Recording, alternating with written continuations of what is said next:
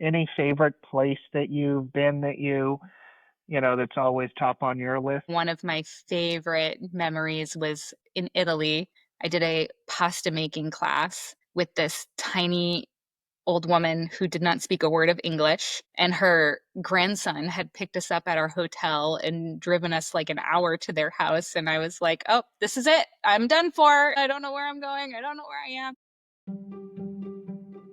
I've been excited about having the opportunity to interview you, and I know we have a lot of things to talk about. I guess the first thing I want to kind of jump right into is the Endeavor Travel Group. How did that all start? And then the word Endeavor really kind of caught my eye. Where'd you come up with the name? Travel planning is complicated and it can be very overwhelming. It can be an endeavor. And so when I think about the work that I'm doing and the value that I'm adding for clients, I want to take that burden from them and just let them enjoy the trip and not feel the stress of planning, the pressure that everything has to go perfectly, that it was all their fault, right? That they've not done the proper research. Like I'm here to do that for you and help you make decisions without all that stress and research and time spent and just kind of release you from it. Yeah. I look at the travel industry, and this is probably, maybe I'm naive about this, but, once Expedia and Priceline and everybody came on, I'm sure that probably had an impact on the travel agencies. But as you talk about that, there's still a huge need with all of the things that you just said, because it's not as simple as just I'm booking like a plane, or I'm booking a hotel. There's a lot more that goes into that, isn't there? Yeah, and people get decision paralysis because there's just too many choices. There's so many opinions. You can get so much feedback and you can really get into your own head about it when Hmm. you're trying to pick something and plan something, even if it's just the simple, like, I just need a hotel in this destination, but there's 100 and all of them have great reviews and terrible reviews. And I don't know which one is going to have the right, fit for my family, the right vibe for my family. And so it can become really challenging, and it falls a lot on, especially on moms. I work with a lot of moms in the community who are trying to plan family vacations, and it's just so overwhelming to make a decision for them. And so Yeah. that's where I come in and help kind of narrow down the choices and say, these are going to be the best options for your family. And yeah, I have to imagine that you love traveling to be able to do this, because even when I listen to you talk, when you start talking about it, you just naturally smile, and like your energy flows. And like that's the best kind of person to work with. Somebody that's, their being just comes out of them when they talk about their craft or their work. Where did the love of traveling start with you? Where did it start? Probably as a kid, my dad was in the military and he was stationed abroad. So we lived in Germany and traveled through Europe, and I just got a taste for it and couldn't give it up. And since then I've lived in Morocco, I've worked in China, and I travel as much as I possibly can. And now I travel vicariously through other people. Oh, that's awesome. Any favorite place that you've been that that's always top on your list? That is the hardest question that people always ask me. It's so hard to say, but I think one of my favorite memories was in Italy. I did a pasta making class with this tiny old woman who did not speak a word of English, and her grandson had picked us up at our hotel and driven us like an hour to their house. And I was like, oh, this is it. I'm done for. I don't know where I'm going. I don't know where I am. But then we got to Yeah. their house and just had the most awesome experience learning to make pasta with this little old woman who, and the language barrier was thick as could be, but we still had just this amazing time and learned so much from her and enjoyed the meal together. Yeah. Food is love to me. And I had a similar experience. I was in Italy, and um, the person that was taking me around took me into a home, and there were 9 people that were living in this home, and it was very modest. But the love and the care that that was put into creating the food, and then we all sat down together at a picnic table and we ate it. There was just something so culturally strong about it. It's it's a different feel and a different flavor. Being able to experience something like that, I have to imagine is, it's very powerful. I mean, that's what makes you feel like you're away when you have experiences like that. Yep. And any of my clients that I've sent to Europe will tell you I am always trying to push them into doing something like that, where they're going and meeting a local and going to their home, and maybe they go shopping together at the local farmers market and then they go back to their house and make the meal. Like, I am always trying to get people to do that. And if they're not comfortable going to someone's house, I try to get them to do like a food tour or some other food experience. I love creating those meaningful opportunities, those really authentic opportunities where you can connect with people, and connect with the culture. Those are the things that I really love to do. So anyone I've worked with will tell you that I do try to push that really hard on them. Well, I think it's great, and a few times having that level of experience. I remember another time a wine tasting, and that's not a particular thing that I would even think I enjoy. I don't really drink an awful lot. But again, in Europe, the experience that I had was in America, we drink wine to drink wine. With the way that they do it, everything is paired to whatever it is that you're eating, and the blending of wine and the food together. It was, wow, this is amazing. And again, I don't think I would have ever had that experience. There's a lot of things happening outside. There's a lot of things happening in the U.S., of course, but if you have an opportunity to travel abroad, I think it's pretty special for sure. How long have you had Endeavor? It's been about 2.5 years since I started it. So just briefly, just after COVID, it's something I'd wanted to do and was dabbling in for a long time alongside my other career, and decided to just take the plunge and go for it.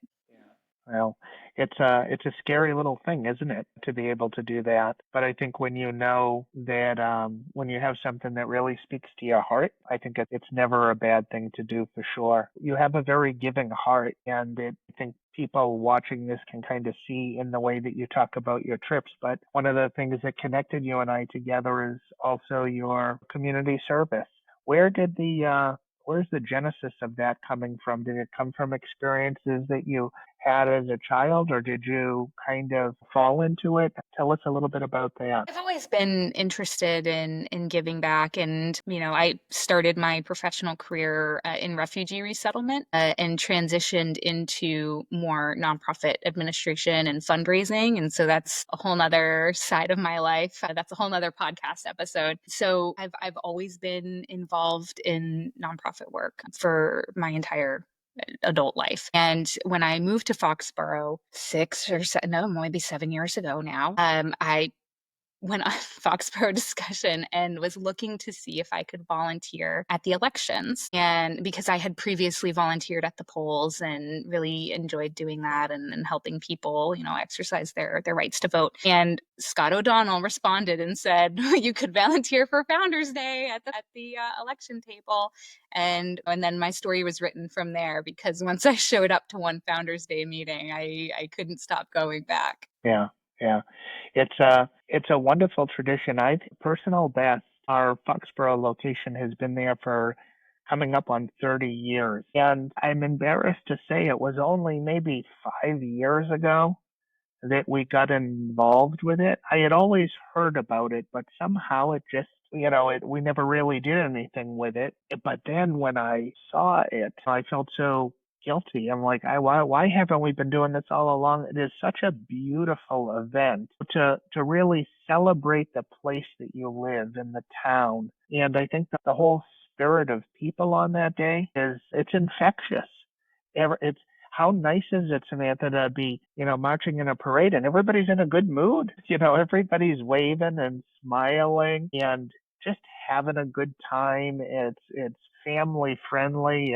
It's really wonderful. What do you love about it the most? I really just the energy of the day, right? And I love that the focus on the field is about supporting other volunteers and community groups in town. We do not allow any businesses to operate on the field. The point is for Nonprofit. other groups in town to come together to fundraise, to get the word out, to try to get new members. So it really feels like this just just awesome time to bring together all of these people who are really focused on the community and community building and supporting each other. And I've never seen anything like that anywhere else. Yeah, it is. It's very unique, and I think um, the idea of making it exclusive for nonprofit, it does provide a certain feel. I have personal best karate, which participates in the parade, but then we also run a nonprofit personal best charity,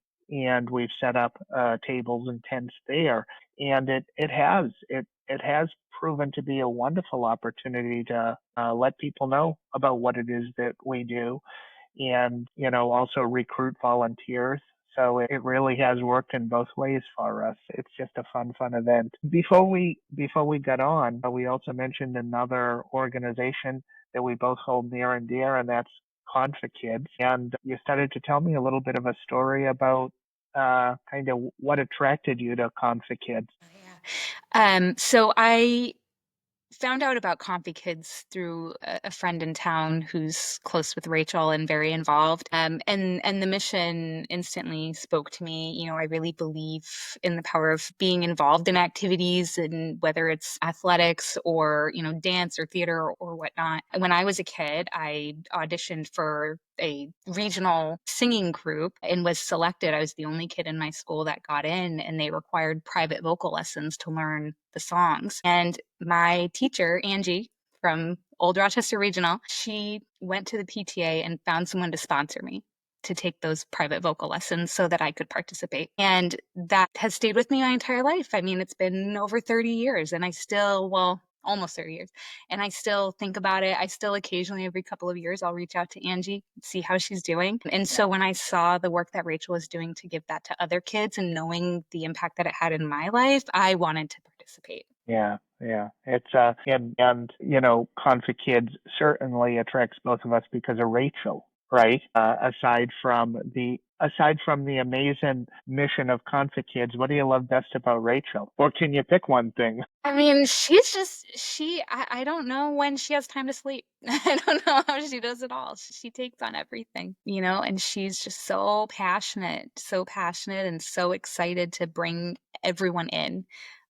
Mhm. She really opens her arms to anyone who is interested in any way whatsoever and says, you know, Yeah. come on and join us. And I love that about her. Yeah, it's one of the organizations that we proudly support, and ConfiKids has sponsored children to come into our program that otherwise might not have been able to. And I've seen the impact that it has, and there are all sorts of situations that can arise that the subtle consequences are the children won't be able to do some of those extracurricular activities. And at first glance, it might seem like, well, you can't have everything, but there's such a level of growth and development, of socialization that happens through all of the different activities that Rachel sponsors, and it's really just being able to plug a child in where their interest is, and again, whatever that physical activity is. But I do think it's wonderful. I do wonder how she sleeps at night, but I do love the work that she does, and thank you for being a part of that, for sure. Getting back to travel for a moment, is there any destination? If I may, let me go two ways. How about in the United States? Have you ever watched the program Chronicle? I'm not a Chronicle watcher, no. Okay, well, Chronicle always makes me feel bad because I'll be watching Chronicle and they'll talk about this place in Massachusetts that is amazing, and I've never even seen it. So I think sometimes people, I have to go to Africa on a safari, and that's where they have to go. But let's focus on America for a second. Where would you say is, boy, this is one place maybe that would surprise a lot of people, but I think it would be worthy for people to go. That's a very interesting question. And I don't think there's a one size fits all answer. And I feel like I tell people that a lot. I never have a generic response to somebody that asks me, where should I go? Right. There's always a follow-up question. Who's going? What kinds of Mhm. things do you like to do? Are you outdoorsy people or do you want to go to a museum? Right. Are there any mobility challenges that could impact, your accessibility needs? Do you need to be somewhere that's celiac friendly? Not everywhere is, right? Like, is that something we need to be mindful of? Like, every single client that I work with has a unique set of needs and interests, and that really dictates what I would recommend. So that's not really an answer, but that's how I work. Like, that's how the gears are turning when someone asks me something like that. And again, I think that speaks to the value that you bring, right? Because what's the difference between you and a book, or somebody that wants to learn martial arts in a book versus taking martial arts classes? It's the customization that you bring. I would have never thought about celiac, for example, but that all of those things that you mentioned can either make or break a vacation, in the fact that you take the time to really care and think through these things that a typical person would not be thinking about, on a vacation, where, again, really says a lot about you. But I'm going to come back to you and I'm going to challenge you. And maybe it's a personal decision, but how about two or three places that are very popular, but maybe, there's an experience within that vacation that sometimes people miss, or just a place you say, you know what, I think, this is that dream place. Yeah. Well, I think somewhere that people miss a lot of things is New Orleans. I love New Orleans. Wow. I barely spend a Okay. second on Bourbon Street.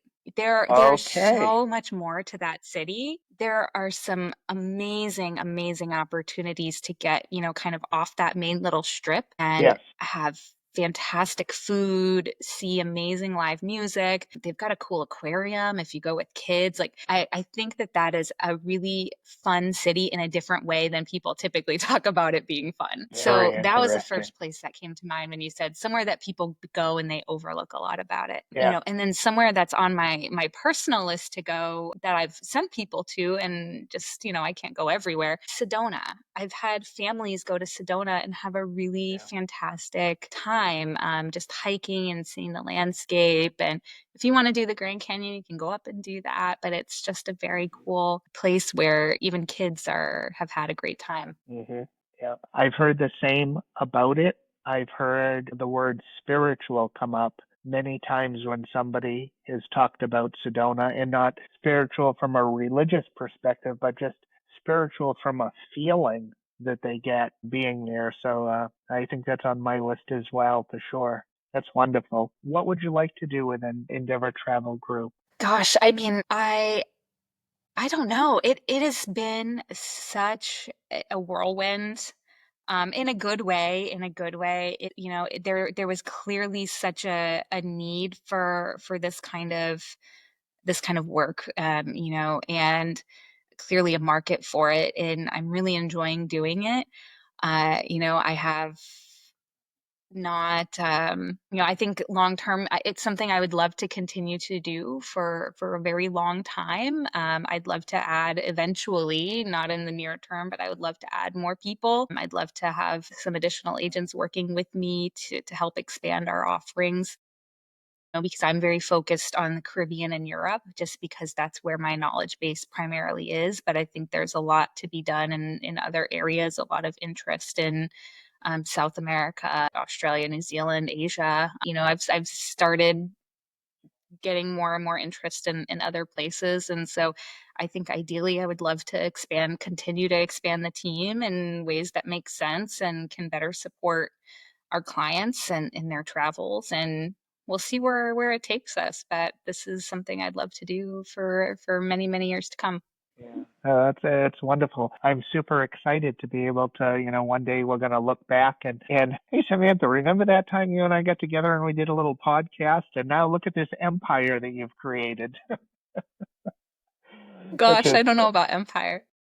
I well, do have one last Founders Day pitch to make before we sign yes, off, though. please, of course, of course. So, Founders Day is 100% volunteer organized everything we do is volunteers. We do all of the fundraising, we do all of the planning, we work with all of the public safety and permits, and every single aspect of that day is done by a volunteer. And we have maybe a dozen or so consistent people throughout the year. We work all year long on putting this event together.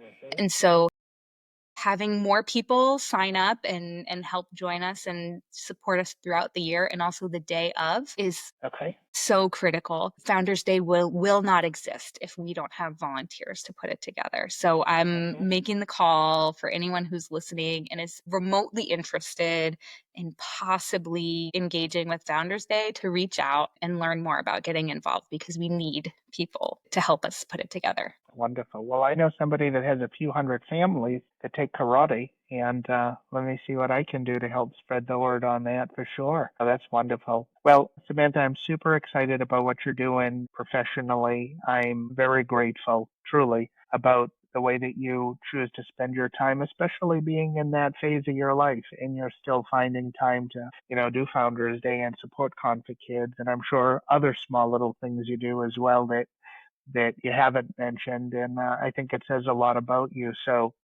I appreciate you giving the time today, and I thank you for the work that you're doing in the community to make it even better than it is. Thank you. And thank you for everything that you do. Appreciate you.